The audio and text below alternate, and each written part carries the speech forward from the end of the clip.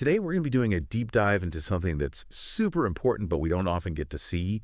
And that is what happens to a mastectomy specimen when it gets to the pathology lab. Oh, yeah. This is going to be fun. I know, right? It might sound a little bit, not the most fun topic. Yeah.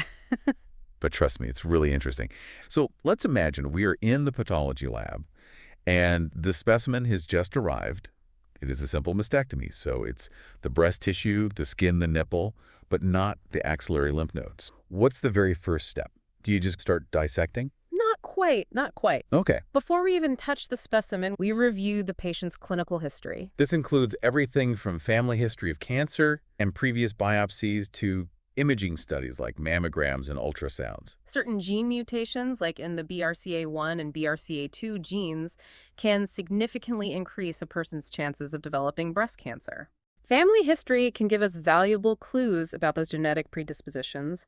If there's a strong family history of breast cancer, especially at a young age, genetic testing might be recommended. It can help make decisions about screening, prevention, maybe even prophylactic surgery in some cases. So we're not just looking at the specimen in isolation, Nope. but also putting it into the context of the patient's medical history. That's right. The specimen tells part of the story. Right. But we need the clinical history to fill in the gaps and make sure everything aligns. Okay. For example, if the imaging studies showed a tumor in the upper outer quadrant, we want to make sure we can locate that same tumor on the specimen.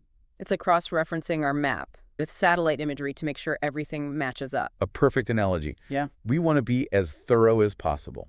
Okay, so with all this information in hand, we're finally ready to start actually dissecting the specimen. We have to make sure we understand its orientation. Orientation. It's kind of like a map. Okay. They need landmarks to know what's what. We really want to make sure we know which side is which. And so usually the surgeon will put a long suture on the lateral side to help us figure that out. Oh, wow. So it's like the surgeon is giving us a compass to navigate the tissue. Exactly. And that orientation is absolutely crucial for accurate analysis later on. How so? Well, for example, if we find a tumor, we can pinpoint its exact location in relation to this lateral marker using the quadrant system. That sounds interesting. Yeah. What is that? So picture the breast divided into 4 sections, Okay. like slices of pie, with the nipple at the center. I gotcha. You have the upper inner quadrant, lower inner quadrant, upper outer quadrant, and lower outer quadrant. Gotcha. Okay, I can picture that.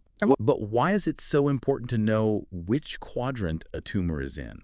It's not just about location, it's about understanding the potential behavior of the tumor. You see, different quadrants actually have different lymphatic drainage patterns. Interesting. For example, tumors in the upper outer quadrant, they tend to have higher lymphatic drainage, which can increase the risk of the cancer spreading. You'll also see a bright blue stain on the skin, which is always kind of fun. Yeah, that's from the sentinel lymph node biopsy, right? Exactly. They inject a blue dye and a radioactive tracer, and that helps to track to see if there's any spread to the lymph nodes. How cool is that? It's pretty ingenious, actually. They inject this blue dye, methylene blue, near the tumor before the surgery along with the tracer. These substances travel through the lymph system, same route cancer cells might take. Ah, so they're mapping it out. Exactly. And the first lymph nodes they reach, those are the sentinel nodes. So the first line of defense, basically. You could say that. By examining these sentinel nodes, doctors can figure out if the cancer has spread. Wow, so they're tracing the path of the cancer to figure out the next steps. And that tracer is only radioactive for 24 hours. Yeah, it's pretty cool, huh? Yeah. It just disappears. It's like magic. Yeah. So we've got our specimen oriented.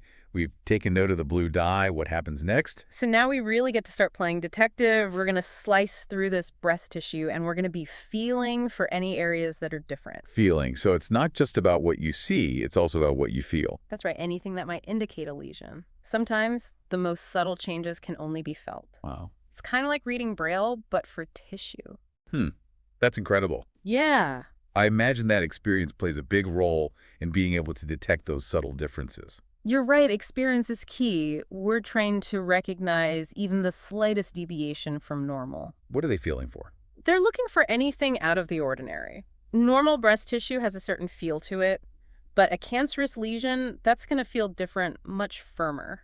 Okay, so it's subtle, but an experienced hand can tell the difference. Exactly. It's like, think about the difference between a grape and a small pebble. Okay, I get it. Now, if they find these firm areas, does that automatically mean cancer? Not necessarily. There are lots of reasons for a firm spot in the breast. Could be something totally benign like fibrocystic change, which is super common, but it could also be cancer. In the specimen, we've got a very firm white area right behind the nipple, and so that's our first big clue. Okay, so red flag raised. Ah. What else? What other areas of interest did you find in this specimen? So we also found two other smaller, firm areas within the breast tissue, and the question is, are they separate or are they all connected?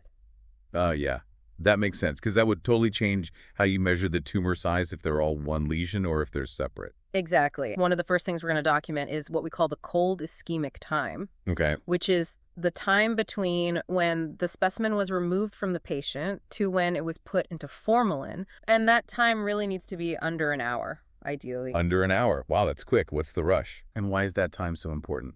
That time is really important because it can affect the quality of the tissue, especially when we do biomarker testing. Okay, So when we look for HER2 on these tumors, right.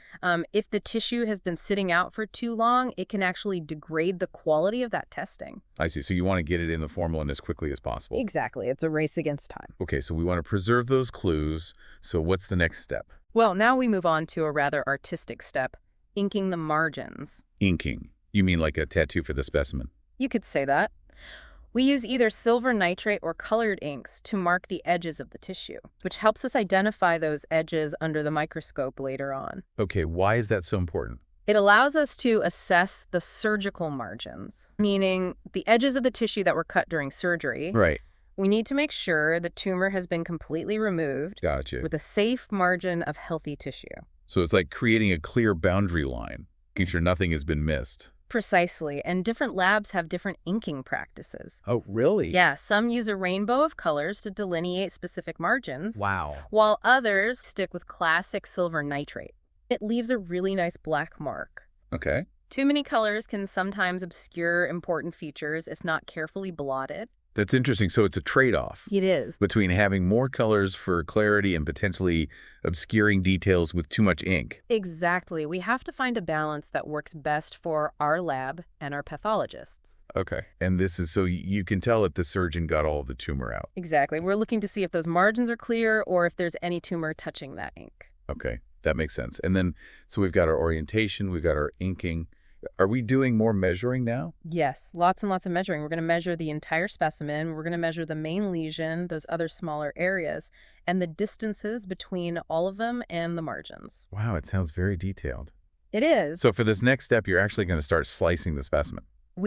So we slice it into thin sections, about 5 millimeters each, and that helps us get a really good feel for the whole specimen. Okay. And, we can feel for any subtle irregularities or firm areas within those slices. Oh, so it's like bread loafing the specimen. Yeah. Okay. And then each of those slices is going to eventually be used to submit for microscopic examination. I see. But first, we really need to map out what we've got. Okay, so like a roadmap of all the different landmarks. Exactly. And that's really important when we determine tumor size, which is, of course, going to factor into our staging. Right. And you mentioned the T&M staging system. Yeah. So the T is for tumor size.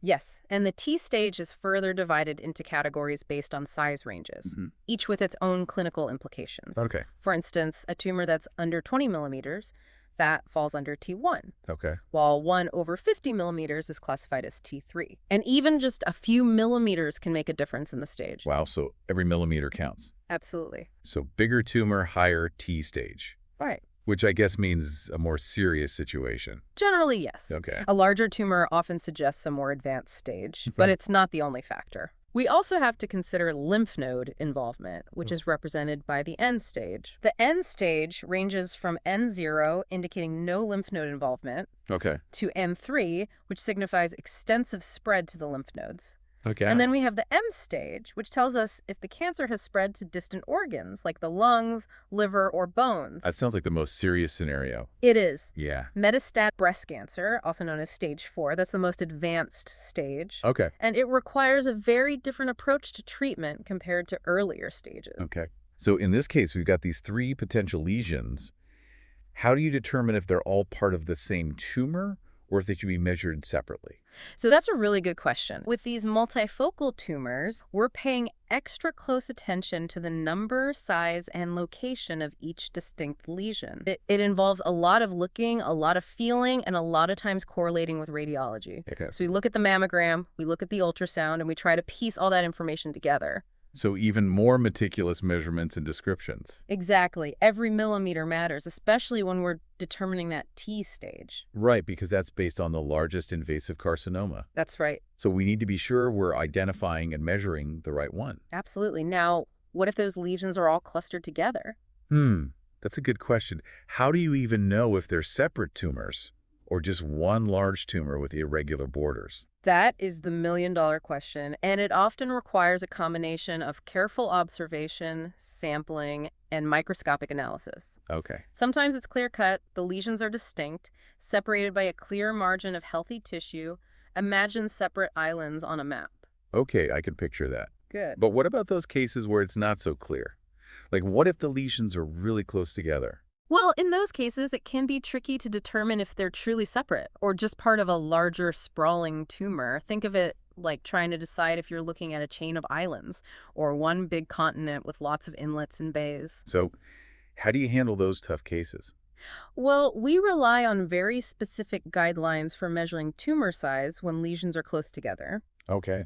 If two histologically similar carcinomas are within 5 millimeters of each other, we measure from the outer edges of both. Oh, interesting. Even if there's a tiny little gap between them, it's like drawing a bounding box around the whole cluster. So you're accounting for the possibility that they might be connected under the surface, even if they look separate. Exactly. It's a conservative approach, but it helps us avoid underestimating the true extent of the tumor. Makes sense, but I imagine it gets even more complicated when you have multiple lesions of different sizes and even different types. You're absolutely right. That's where experience and a keen eye for detail become absolutely crucial. We have to carefully analyze each lesion, determine its histological type, grade, and even its biomarker status. So we've got our specimen all mapped out. We've got these thin slices ready to go. Are we ready to look under the microscope now? Almost. Yeah. But first, let's talk a little bit about those biomarkers, because those are really important too. Okay. I'm excited to dive into that world. Okay, so we've got ER, HER2. So those all have to do with receptors that are found on the breast cancer cells, and they tell us a lot about how that cancer is going to behave and, importantly, how it's going to respond to treatment. So ER stands for estrogen receptor. Okay. PR is progesterone receptor, and HER2 is a little bit different. It stands for human epidermal growth factor receptor 2. Oh, okay. So ER and PR, those are hormone receptors. So if a tumor is ER positive, that means that estrogen is actually fueling that tumor. Exactly. And that's why hormone therapy can be so effective in those cases blocking, that estrogen can really help to shut down that cancer. Okay, so what about PR? So PR is similar. It's influenced by progesterone. Okay. So again, hormone therapy can be really effective in those cases as well. Okay, and what about HER2? So HER2 is not a hormone receptor like the other two. It's a growth factor receptor. Okay. And when it's overexpressed, it can make those cancer cells grow and divide much more aggressively. So that's not good. No, it's not good. But the good news is that we have specific therapies that target HER2. Right. So we can block its activity and slow down that growth. It's amazing to think that these little receptors on the surface of the cells can have such a big impact on the treatment. They really do. They're tiny but mighty. So we've sent off our tissue samples to be tested for those biomarkers. What else are we looking at during this analysis phase? So we're also going to be looking at those margins that we so carefully inked. Right. So under the microscope, we can actually see that ink and see if any of the cancer cells are touching or crossing those ink lines. So that's how you know for sure if the surgeon got it all. Yeah, that's the final verdict. Wow. And then I imagine you're also looking at the cells themselves. So what are they looking for at this microscopic level? What clues are they trying to find? Absolutely. Examining the tissue under a microscope reveals a whole other level of detail. Well, first and foremost, confirming the diagnosis, really making sure it is cancer. They're looking at the cells themselves, checking for specific features that tell them what type of breast cancer it is. Each type has its own, characteristics and behavior. So we look at their size, their shape, how they're arranged. All of that goes into figuring out the specific type of breast cancer and the grade. So it's not just cancer, it's this specific kind of cancer. Why is that so important? because different types respond to treatment differently. It's all about finding the right treatment for the specific cancer. It's about getting that personalized approach, Yeah. right? Tailoring the treatment to the individual patient. Wow. So it all comes back to those little tiny cells. It really does. So earlier we were talking about the TNM staging system. So by putting all of that information together, the tumor size, the lymph node involvement, and any metastasis, you can determine the overall stage of the cancer. Exactly. And then that stage is what's going to guide those treatment decisions and really give the patient a realistic understanding of their prognosis. It's like a really complex puzzle. It is, and every piece of information matters. I'm getting a real sense of the teamwork here. It's not just one person looking through a microscope. Definitely not. It takes a whole team. Everyone has their part to play in making sure the diagnosis is accurate. And remember, all this is happening behind the scenes. It's amazing how many people it takes, from the surgeon who removes the specimen to the radiologist to the pathologist and the pathologist's assistant. Speaking of collaboration, what about the pathologist's assistants? Where do they fit into all this? They're crucial. PAs play a huge role in prepping that specimen. So pathologists' assistants are highly trained individuals. They're highly skilled pros, working closely with pathologists. They might start by dissecting the specimen carefully, identifying the tumor, inking the margins. All those early steps we talked about. Exactly. And they also help choose those tissue samples for the microscopic exam. They have to make sure the samples represent the tumor and the tissue around it, and that they're oriented and labeled correctly. So they're like your right-hand person in the lab. They're like both hands. Yeah. We couldn't do it without them. That sounds like a job that needs a lot of skill and attention to detail. Absolutely. Mm. Accuracy is everything in their work. And they need to know their anatomy and pathology to really identify and describe all the structures they're seeing. It really is a team effort. It is. And we all learn from each other, we share information, and we work together to get the best possible outcome for the patient. This has been so fascinating. I really had no idea what happened in a pathology lab before. Well, I'm glad you're finding it interesting. It really is a fascinating field. You've definitely made me appreciate how important it is. Sometimes pathology is sort of behind the scenes, but it's really crucial. Absolutely. We're kind of like the detectives of the medical world. I like that, you're always looking for clues and trying to piece together the evidence. That's what we do. And ultimately, that helps us guide those treatment decisions and get those good outcomes for patients. So we've analyzed the tissue, we've determined the stage. What is the final step in this process? So the final step is communication. Okay. We have to communicate all of our findings to the patient's clinical team. And that usually takes the form of a pathology report Okay. that summarizes everything we've seen from the gross description to the microscopic diagnosis and those biomarker results. So that report then becomes part of the patient's medical record and helps guide their treatment plan. Exactly. And it's something that we take very seriously because we know that it has a direct impact on the patient's life. So attention to detail is key. Absolutely. Every measurement, every observation, every word matters. Well, this has been an incredible deep dive. I feel like I've learned so much about the world of pathology. I think the most important thing to remember is that pathology is so much more than just looking at slides under a microscope. It's a dynamic field, it's intellectually stimulating, it combines science and observation, and really a passion for solving these complex puzzles. And it's crucial to patient care. Absolutely. So as we wrap up this deep dive, what's the one thing you want our listeners to remember about the world of pathology? I want them to know that it's not just about looking at slides under a microscope. It's so much more than that. Right. It's dynamic, it's exciting, it's this amazing combination of science and meticulous observation and this real passion for solving puzzles. So thank you so much for joining us on this deep dive into the world of mastectomy specimen analysis. We hope you've learned something new and that you have a new appreciation for the complexities of diagnosing and treating breast cancer. Yeah, thanks for listening, everybody. And remember, even the smallest details can tell the most amazing stories.